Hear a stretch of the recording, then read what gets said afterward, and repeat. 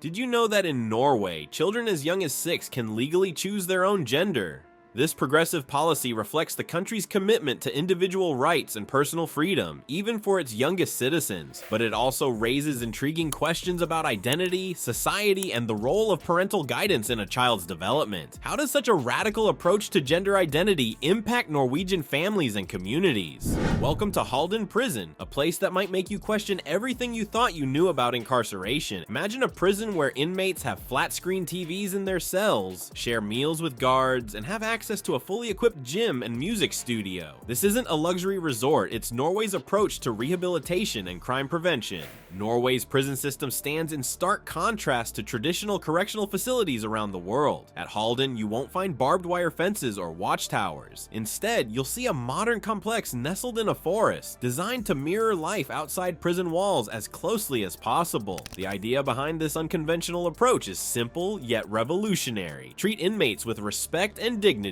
and they're more likely to become productive members of society upon release.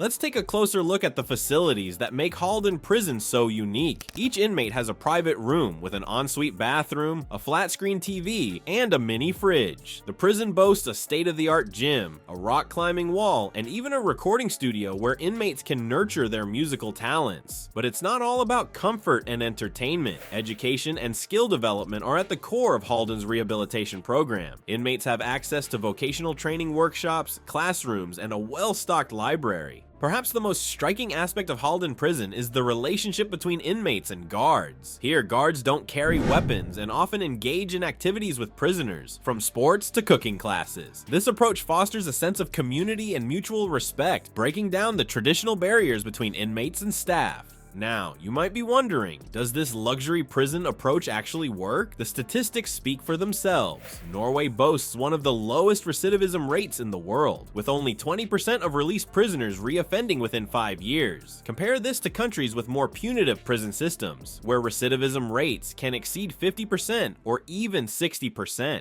Critics argue that this approach is too soft on crime and doesn't provide adequate punishment. However, supporters of the Norwegian model argue that the purpose of incarceration should be rehabilitation, not retribution. By treating inmates with respect and providing them with the skills and support they need to reintegrate into society, Norway is creating a safer environment for everyone. The success of Halen Prison and similar facilities in Norway challenges our preconceptions about crime and punishment. It raises important questions about the effectiveness of traditional prison systems and whether a more humane approach could lead to better outcomes for both inmates and society as a whole. From humane prisons to revolutionary children's rights, Norway continues to push boundaries. Did you know that in this Scandinavian nation, a 6-year-old child can make a decision that in most countries is reserved for adults? The implications of this policy are as fascinating as they are controversial. Norway's progressive approach to children's rights and identity has garnered attention worldwide. In 2016, the country passed a law allowing children as young as 6 to legally change their gender with parental consent. This groundbreaking policy reflects Norway's commitment to individual freedom and self-determination, even for its youngest citizens. The process is surprisingly straightforward. Parents can submit a simple form on behalf of their child, eliminating the need for lengthy medical procedures or psychological evaluations that were once required. This streamlined approach aims to reduce stress and stigma for children who identify differently from their assigned gender at birth.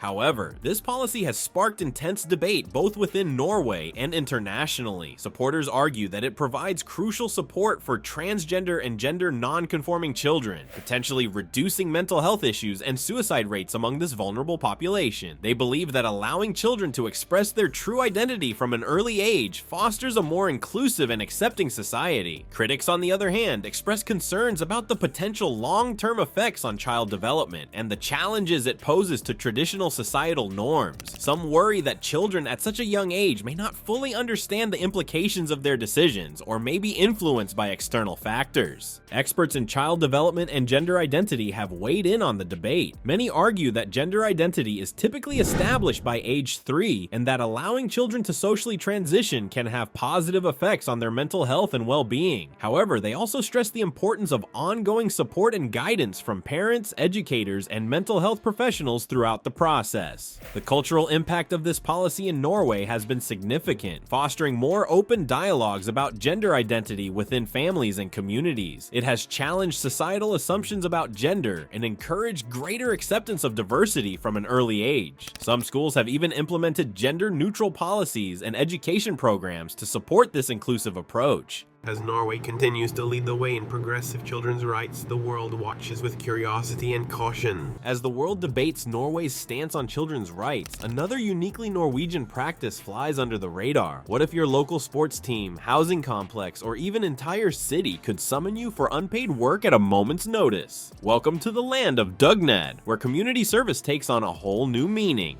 In Norway, Douget is more than just a word. It's a cultural institution that embodies the spirit of community and cooperation. Rooted in Old Norse, the term dugnator translates to help or support, and it's a tradition that has been woven into the fabric of Norwegian society for centuries. Imagine a country where neighbors come together not just in times of crisis, but regularly to contribute their time and effort for the common good. This collective approach to community service stands in stark contrast to the individualistic tendencies seen in many Western societies. While some cultures might view unpaid community work as a burden, Norwegians embrace it as an opportunity to strengthen social bonds and improve their shared environment. It's not uncommon to see entire neighborhoods mobilize for a spring cleaning, or local sports clubs relying on Douget to maintain their facilities and organize events. Examples of Douget in action are as diverse as they are impressive. From small-scale neighborhood cleanups to large national initiatives, the spirit of Douget touches almost every aspect of Norwegian life. You might find parents painting their children's school, volunteers organizing a music festival, or even nationwide campaigns to clean up Norway's stunning fjords and coastlines. These events often conclude with a shared meal or celebration, further reinforcing the sense of community and accomplishment. The impact of Douget on Norwegian society goes far beyond just cleaner streets or well-maintained facilities. This practice plays a crucial role in fostering social trust and cohesion, contributing to Norway's reputation as one of the happiest countries in the world. By regularly working together towards common goals, Norwegians develop a strong sense of belonging and shared responsibility for their communities. However, Douget is not without its challenges in modern society. As Norway becomes more diverse and urbanized, some worry about the future of this traditional practice. Critics argue that relying on voluntary work can lead to inequalities, as not everyone has the time or resources to participate equally. Despite these concerns, many Norwegians continue to see Douget as an essential part of their cultural identity and a valuable tool for building stronger communities. Norway's commitment to community through Douget is impressive, but it's not the only way this country challenges our understanding of normal life. Did you know there's a place in Norway where residents experience over 2 months of continuous daylight, followed by weeks of total darkness? Let's explore how these extreme light conditions shape an entire culture.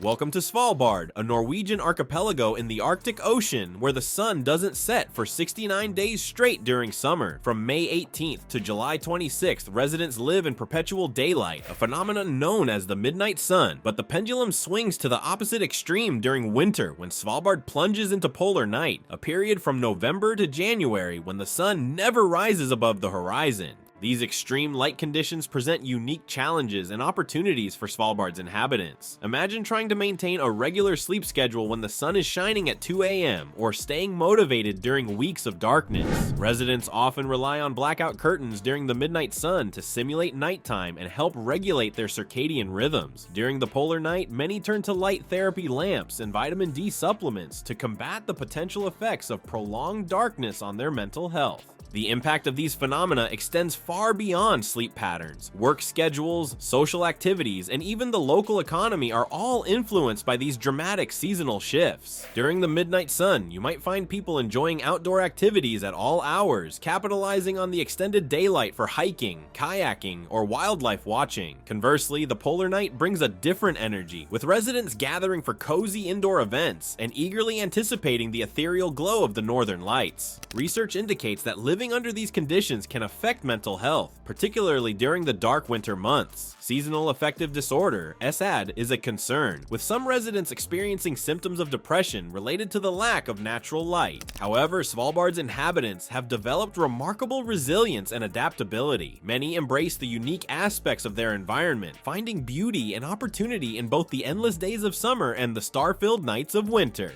The extreme light conditions have also given rise to distinct cultural traditions. The return of the sun after the polar night is celebrated with a week-long festival called Solfestuka, featuring parades, concerts, and outdoor activities. During the midnight sun, it's not uncommon to see people playing golf or having picnics in the middle of the night, making the most of the extended daylight hours. As we've explored Norway's unique approaches to incarceration, children's rights, community service, and even living with extreme light conditions, it's clear that this Nordic nation challenges conventional wisdom in many aspects of life. These progressive policies and cultural practices contribute significantly to Norway's high standard of living and social cohesion. The country's focus on rehabilitation, individual freedom, community spirit, and adaptability to extreme environments has created a society that consistently ranks among the happiest in the world. And consider how some of these Norwegian practices might benefit your own society. Could a more humane prison system reduce crime rates? Would greater autonomy for children lead to a more inclusive society? Might a culture of communal responsibility strengthen your local community? As we conclude our journey through Norway's unique phenomena, we invite you to share your thoughts on these unconventional approaches to life and governance. How do you think these practices could be adapted or implemented in your own country?